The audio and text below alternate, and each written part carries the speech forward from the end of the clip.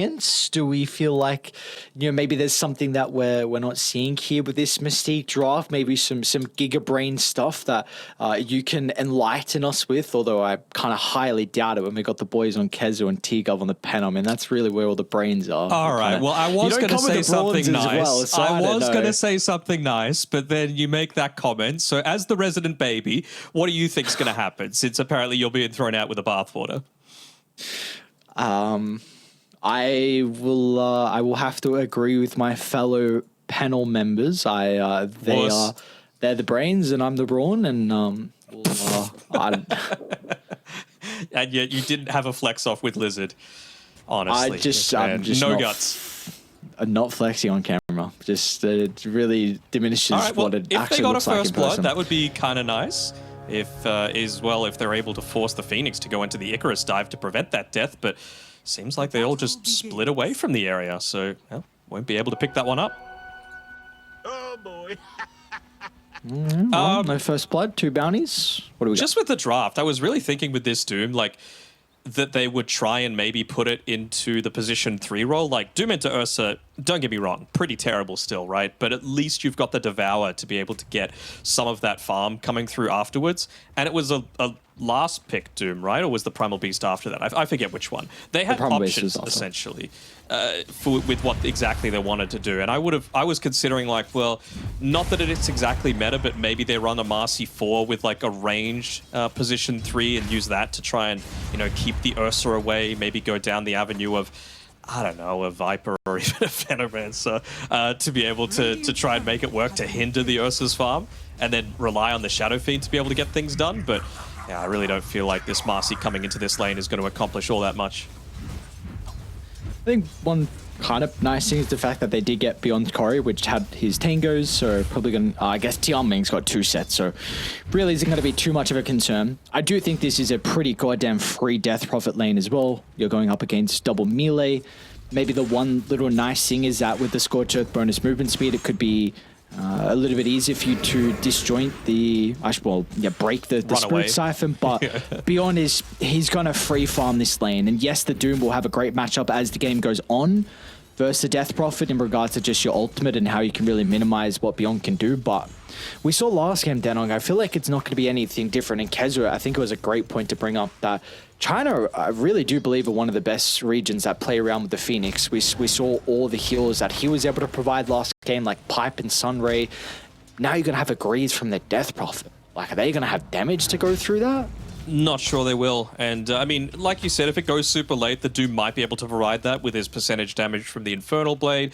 If you're able to combo together the SF and the Marcy with the sidekick, maybe, you're able to get a lot of that stuff happening, but you got to prevent yourself from getting run over. And the great thing about YBB's draft is that you talk about the Phoenix and the Sunray. It combos so well with all 3 cores with what they want to do, right? They want to run in on top of you and take attention away from that Phoenix. So if you could just get a DP with the Exorcism flying around, getting healed up, Primal Beast trampling in, Ursa right in your face, smacking you with the Overpower, like, it's just going to enable that so much. Did you bring up the Blightstone already on Marcy? Did not. Interesting. Yeah. I mean, ZZQ on the Phoenix has a very low armor. Starting armor, only 1. Your AG gain's not the greatest. Ursa's at 4, which is okay. 2.6 AG gain, but I don't know. Very interesting. I mean, you're not really an Orb Corrosion builder, so it looks like just for the lane, we'll see how much it's really going to pay off, but you're against a Phoenix, though. Like, you're going to have Fire Spirit to stop those right clicks. I'm a little concerned they might not get as much... It's to get, like, last hits and deny, because if you just look at, like, the difference between the Ursa's right-click damage, it's 47, and then the Marcy's is 63, so you've already got that advantage. You get minus armor added into the equation. Maybe they're just thinking, look, we're not going to get kills in this lane. Let's just make sure that Ursa gets his amount minimized as well. And, well, if he wants to farm, he's going to need to get some right-clicks in so that the lane pushes in further towards Team Mystique's tower, and then you're probably less at risk of dying to the strength of this Ursa lineup. 70 getting very close to being killed off. Meanwhile, top lane as well. The dive under the tower. Beyond's in some trouble. Playing with the Spirit Siphon. Only has 1 charge onto the Doom at the moment, but the tag team back up and available. Beyond needs to reposition around the tree line. will get away to safety. Tian Ming will also escape thanks to the blink.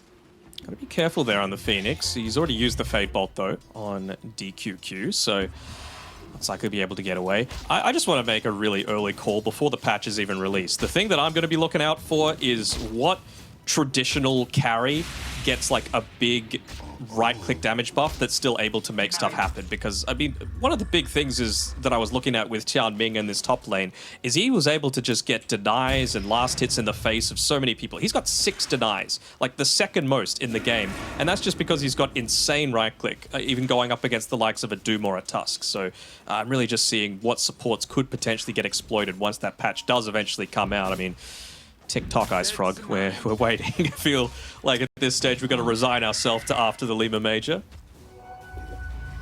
That's okay. Not too far away.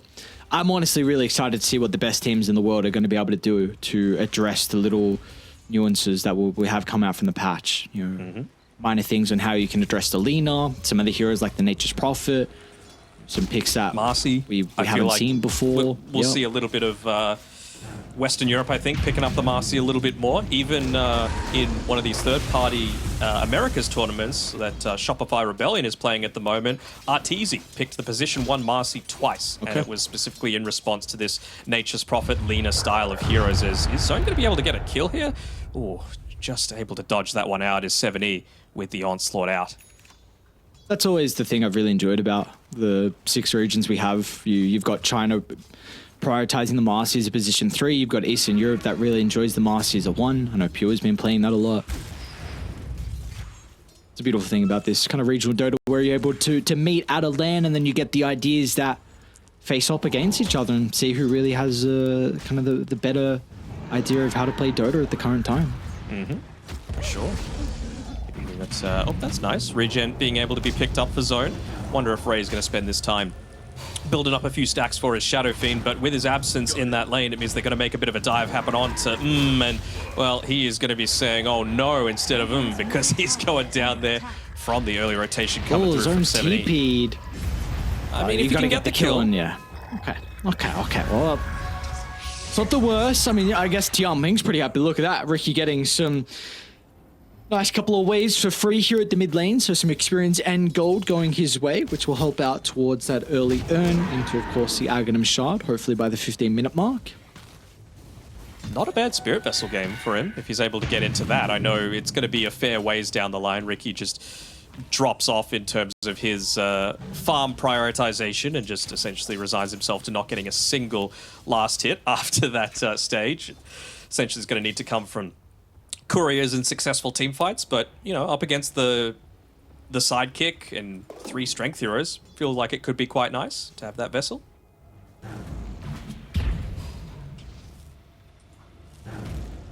Who's gonna win this Men5 bottom? I was gonna say NG, I don't know if you do against the Fire Spirit, so if they're back on off, this is given. I was thinking the Blightstone might have turned the tide in his favor. Looks like both side lanes are for YBB are off to a great start. DP on top, but Lu really not too far behind. We do see that Lu is going to be going into the Battle Fury. Of course, a hero that scales much better than what he used to a long time ago. It's going to be really scary for Mystique to be able to combat into the Ursa. And they're just going to get a free tower up top here as well. Ray's here to enable potential responses to it, but I mean, even the Doom, without that Doom itself skilled up, he's got the speed aura from Cup Guy, still not going to be enough to dissuade any kind of aggressive movements coming through. So YBB, once again, not giving up anything in exchange for being able to take the map away from Mystique. Kind of grouping up around the T1 mid, though. They're going to make an attempt on 7E. We'll see if there's going to be survivable enough. Lands the Pulverize, the Sunray as well. 7E hasn't gone down just yet. Surely they need not. one more right click. And the Death Requiem doesn't even kill him. 7E will live. YBB, beautifully done. They bring all the boys required to keep him alive. I mean, great positioning by ZZQ, right? He's just in that tree line, realizing that this is the area that they want to be making the play soon enough. And, well, he's in a place, even just with a level 1 Sunray, with a hero as tanky as the Primal Beast with insane strength gain, you're going to get a lot of value out of just a single spell from this Phoenix. And this is a very different game to game number 1, right? You don't have that Snapfire that's going to be able to deal with it. Basically, you're just keeping eyes on the Marcy. Stay away from her in the Unleash, and you're going to have a pretty easy time with that Supernova as well. Speaking of the Marcy, looks like NJ is going to be working into the BKB and is about to have the Unleash available as well, with one creep dying. So I love that Team Mystique are looking to play around NJ now with this ultimate. Can be pretty much a guaranteed kill, and well, Lou's going to be their target. Rage is still to work with. Oh, is he thinking about turning this one? Maybe Yeah, he thinks that he's hang on there a solo. second. Straight Well, it's back pretty to the close to the tower, so here comes the Phoenix. Lou's actually going to turn it back on Ray. But now with the Enrage being expended, they still won't be able to penalize the Ursa there. So that Setter's resistance helping out a lot with the telekinesis. NJ didn't have enough time to be able to set up for that rebound. So they also brought the Doom down as well. They a lot did. they're getting out of the map on YBB, because you take a look at mid. They're starting to set up on zone. You've already got Ricky behind the tower. Even 7E's looking to wrap as well. So zone, be cautious. I mean, it just really feels like, again, you're not really getting anything out of this Doom rotation. He's even moving to a place where Shadow Fiend's trying to farm. This is what we're talking about. The top teams don't have things happening like this where both position 1 and position 2 are going at the exact same time to be able to farm. And you can tell that that's both their main objective at this stage. So Beyond feels comfortable enough to be able to drop the Exo. They use the aggressive Glyph as well, just to make sure Shadow Fiend's not able to easily push that wave out. Huskers look to snowball into the river. They can't even catch up to anyone. Look at them playing them like a fiddle. They'll run into the Death Prophet. Doom's going to be activated as well. Okay, they should be able to secure the kill, but what cost does it come at? Because 7E, he's going to look to enter off the back of lose damage as well. They'll kill up DQQ. Don't considering about utilizing the Requiem. Now he's going to be forced to do so, but it might be a little bit too late. A shot from Ray will act as a kind of a deterrent here for Lou to not pursue on for more. So in the end, it will be 2 for 2. And importantly, Team Mystique, they also successfully defend that tier 1 tower. You ever see that many cancelled Requiems? I think I counted like 6 in that single engagement. Both from being bopped around a little bit to the pulverized to himself just not wanting to waste it. I'm going to count 'em now. I mean, the fact that you're able to pick up a kill with the Doom being committed, and I mean, speaking of the Doom, he doesn't quite yet have the... all right, here we go. Oh. Top lane. Speaking of the Doom, no, beautiful, Dano. Thank you very much. Oh, Speaking of good the Doom, transition. Lou I'm gets an a solo kill. And That's, not really the area that expect him to be able to do that, right? Right next to the tier 2 tower. Plenty of TPs up for Mystique, but they're going for an attempt of their own. They want to try and find out probably Beyond here, but I mean, without that Doom, he's pretty damn tanky. He's even got the Greaves now as well.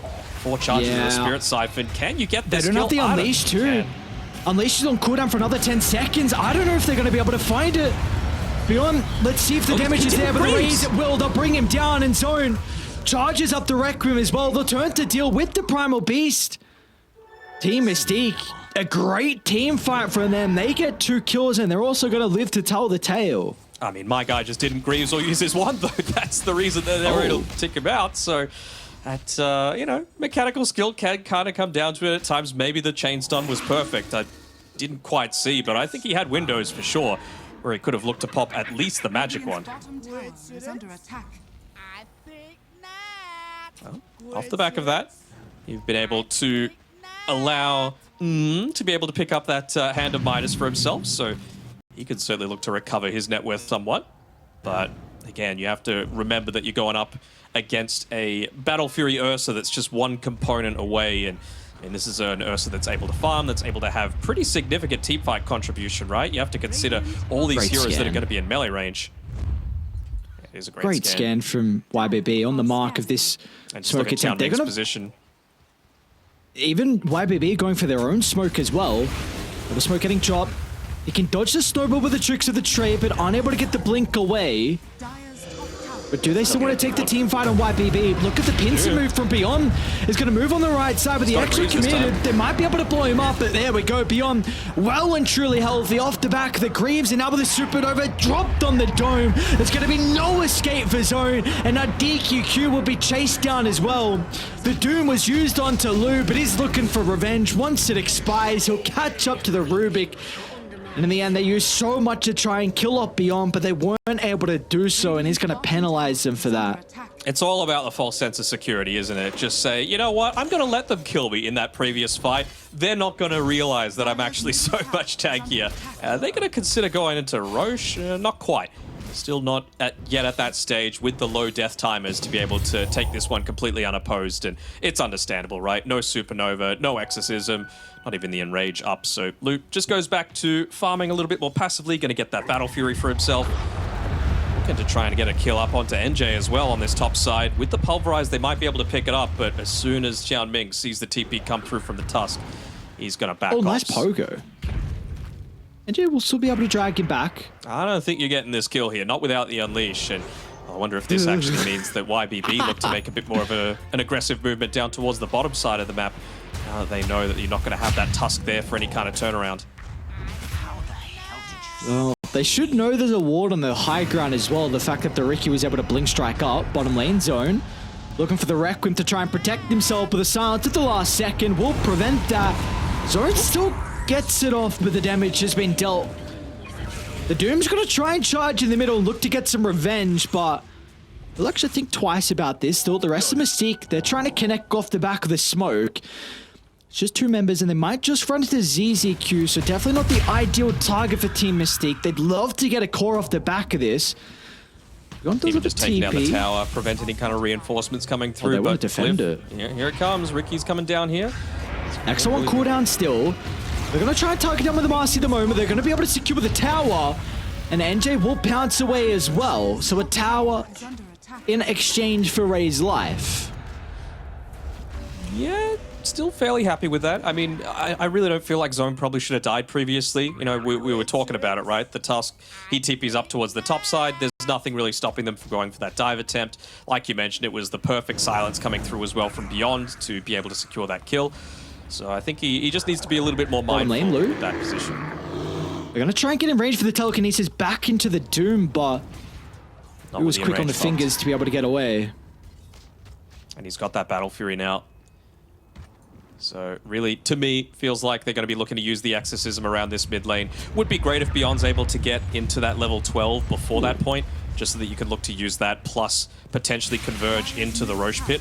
Look at Tianming just acting as the scout for Lu to be able to take away a lot of this farm that SF's trying to pick up. With a wrap around, with no chance. Straight onto Zone. That's a huge kill. A lot of the damage out of Team Mystique. And now they can keep them alive as well. Off the back of the Sunray, Mystique are just running up to the high ground, into the meat grinder they go. One by one, they'll be sent to the grave as YBB will take 0 casualties, and they'll reap so much out of the map now. Yeah. Can even just look to set himself up inside this ancient camp, right? Take it away from what the Doom is able to farm. He's actually just going to TP up on the top side after blocking it up himself. So nice juicy wave for him to pick up, and I really don't think that should happen, right? It was underneath 2 observer wards that they made that rotation through behind the Riki to be able to do so. And an Ursa is not going to walk up here on his own. So this feels to me like Mystique aren't respecting the potential that they've got to play with this Riki.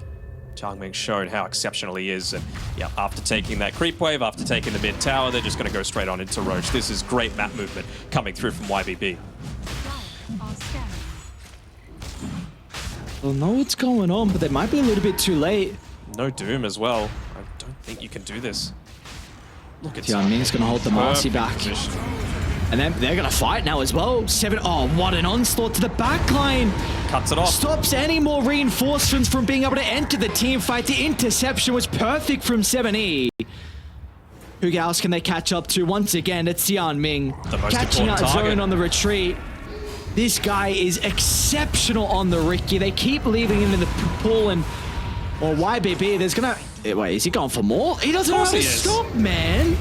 Xiaoming doesn't know how to stop. Teams need to start respecting his Riki. It's almost first phase ban worthy at this point. That's the issue, right? There's so many heroes in this meta that can be broken Top lane Lu in the right hands. No. Yeah.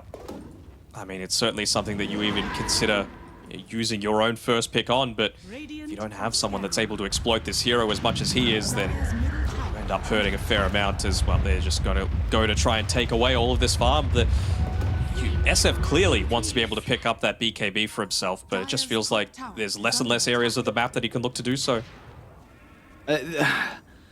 It's looking like another game where SF isn't going to be victorious as well. I hope I thought mid lane, Doom. Well, the boys are trying to make a play down bottom, but Doom, he's going to be surrounded by YBB. And now they can look to make their way down to maybe catch up to the rest of Team Mystique's members, or maybe they might even just consider about a T2 tower instead. I mean, sure. Really, the entire map is their playground. Yep, and I believe they saw a lot of those rotations come through because of... Say it again, man. Do you want to do this? I don't know if you want to go for 7E. Nope. Yeah, this guy's got BKB. He's looking pretty goddamn unkillable, especially whenever the Phoenix is playing with him. It's... All right, so... Messy this stage. Yeah, I'm sure, go. Can't make attempts like that until you got the BKB at least on the Marcy, right? Like, they were able to get the Spirit Siphon in onto her as well, and beyond, he's got the Aghanim Shard, so you've got that fear also plaguing any kind of aggressive movements that they're going to want to have. So, I mean, it really feels like it's that triple BKB timing that they're just waiting for. Doom, just the recipe away. Same thing with the Marcy, same thing with the Shadow Fiend. So, feels to me like Mystique just need to wait out this Aegis timer as long as possible. And even just with the previous movement that the SF had down to the bottom side, I'm sure Zone was just saying, look, supports, you are acting as my bodyguards right now. You can't make any aggressive movements. Not sure if that's the best place to be. I mean, this is kind of what YB done to everyone, though. And now they've even caught another. Ray's just going to have to watch his fellow support be put in the grave as 7E. Well, he's even charged with more to see if anyone stuck around for a little bit too long. But this is kind of what YBB do. They force mistakes. What really the best T1 teams do when you've got all this map control early on. I mean, you've got a lineup that needs to find catch-up. Someone needs to kind of take the difficult farm in that dead lane. Someone has to give up their net worth, and we kind of see that's not the case at the moment. You're putting yourself in this in mid lane, forcing unnecessary deaths, and it gives the opportunity for YBB to look to get more kills and look to get objectives. It's a rough position to be in. At least Ray's been doing a decent job. Like, he's going to walk into this smoke and die, but he pushed the bottom lane out. They're coming down to try and address this, thinking that, okay, well, maybe someone's looking to farm in these neutral camps, considering we need to address the lane first. And it gives a little bit of time, right? And that's enabled Shadow Fiend to get into his BKB. Doom's just 400 gold away. Marcy's about 100. So I think Mystique are going to give this one last really good shot. But, I mean, a death onto the Doom certainly would hinder things a little bit. Yeah, it looks like it's going to be the death, and then they're even going to turn to NJ as well. They'll get the BKB off for the last second. It's going to be able to jump away. Zone's going to try and play around with the Requiem turnaround, but the BKBs were activated.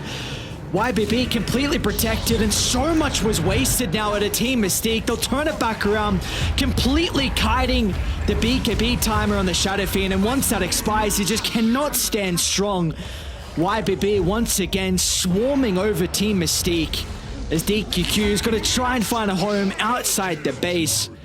There is nowhere to run and nowhere to hide. That every game lasting less than 30 minutes record is looking pretty solid right now, is looking to stay. And, well, feels to me like maybe the only thing that they're looking to wait for now on YBB is the free Aghanim Shard coming from the second Roche. Lou, he's used this basically as a farming one. Obviously, he went there with the super deep dive, realizing how tanky he was and how capable he is of being able to chase down these squishy targets like the Doom. Even with all that movement speed, wasn't able to get away from the threat of the Ursa. I'm still looking for that one more fight here with the BKBs. Yeah, Unfortunately, that wasn't a proper fight, you know? No. Like, they didn't actually have all BKBs. You could see he's sitting inside of a smoke on the bottom side of the map on the Doom, just so that he can get this last little bit. So 3 BKBs up, no Aegis to have to contend with. You still got to kill the Phoenix first. Phoenix first and Doom the Death Prophet is what I would be looking to do. See who they're able to jump. Doing the high ground, ready to protect 7E. They do have it all. You don't want to run into Observe a a primal sentry. beast, though. Let's see if they're going to be able to bring him down. Doom's going to be activated as well to try and secure the kill. The Sunray's not enough to repair the damage, but it means that Luke can have a completely free fight. Even with a supernova, lay it down. That's NJ's job to try and address it. But with all the YPB members nearby, he'll stop him short. Just feels like that isn't really the perfect target, right? He didn't even get to pop the BKB, but he has a plate mail, he's a primal beast with 2.2k HP. He's not able to do a lot of that passive damage and allow the fights to drag on that little bit further. They had to pop the BKBs just to be able to kill him, right? Because of the threat that they had of the turnaround. His DQQ goes for a bit of a cute play and nearly gets away with it as well. You've got to admire the gumption to be able to go for that sort of thing. The what? Gumption. Right, you're making up words now. Awesome. No. You ask T and Nomad, they'll know what I'm talking about. Gumption. Mm-hmm. You Googling it? You're probably spelling it wrong. How do you spell it? Gumption, I think. Yeah, that's how I spelled it. What? Come on, you insulting They're my getting kills, intellect, cast the Lou. game. I'm watching the game, Ray. Trying to catch up to Lou, but oh, it's a lot of damage, man. Blink up shortly as well. Zone will not be able to escape. No cares. They want to go into the tier 4 tower. Come on, you want to do it, Lou? This man knows how to stop. The rest of the boys on YPB, they don't know. You got Tianming here. He's ready to go. 70 wants to jump in as well. Onto the Shadow Fiend. Couple of slams to the ground. BKBs forced to be used defensively, but that won't stop Blue. Inwards and onwards he goes. And with that, looking like it might be the last fight, NJ's going to try and teep. Are you going to commit to this? All right, he's going to commit. Tries to turn over to Beyond. Doesn't have too many Spirit Siphon charges to work with. Greaves coming up in a couple of seconds. Let's see if he's going to be able to survive long enough. And with the onslaught onto 3, bumping them all away, giving ample time for the boys to follow up in the high ground as well. Beyond will live. The buybacks are coming out from Team Mystique, but the buildings won't be up by the time they're able to enter. What can you do? What can you do? That's all it comes down to for me. It's all off the back of the lanes, right? If you don't have good lanes, you can't have a good late game. You can have the perfect 50-plus minute game set up for yourselves, but if you're not able to manipulate the lanes so that you have a way to dodge these weird lane matchups, then you got to make sure that you win the actual lanes. And it just feels like time and time again, these teams like Vici, YBB, they're able to manipulate the draft in their favor, and it's off the back of some stellar individual performances like that coming out from Tianming, from Lu, and especially Beyond as well.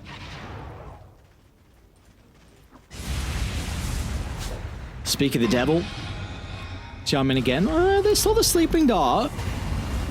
We're even going to turn it back onto the Ricky. 7. Mate, can you get any more heroes with that onslaught? 3 heroes clipped once again. The Doom's going to be applied, but he wants to slam that there's just Rubik. no follow-up. Everyone retreats as soon as the ultimates are expended, just showcasing truly how far behind they are. And the G's will be caught in the end. YBB, another clean series victory for them. These boys are on a roll. I mean, it was sitting at a 3% win probably.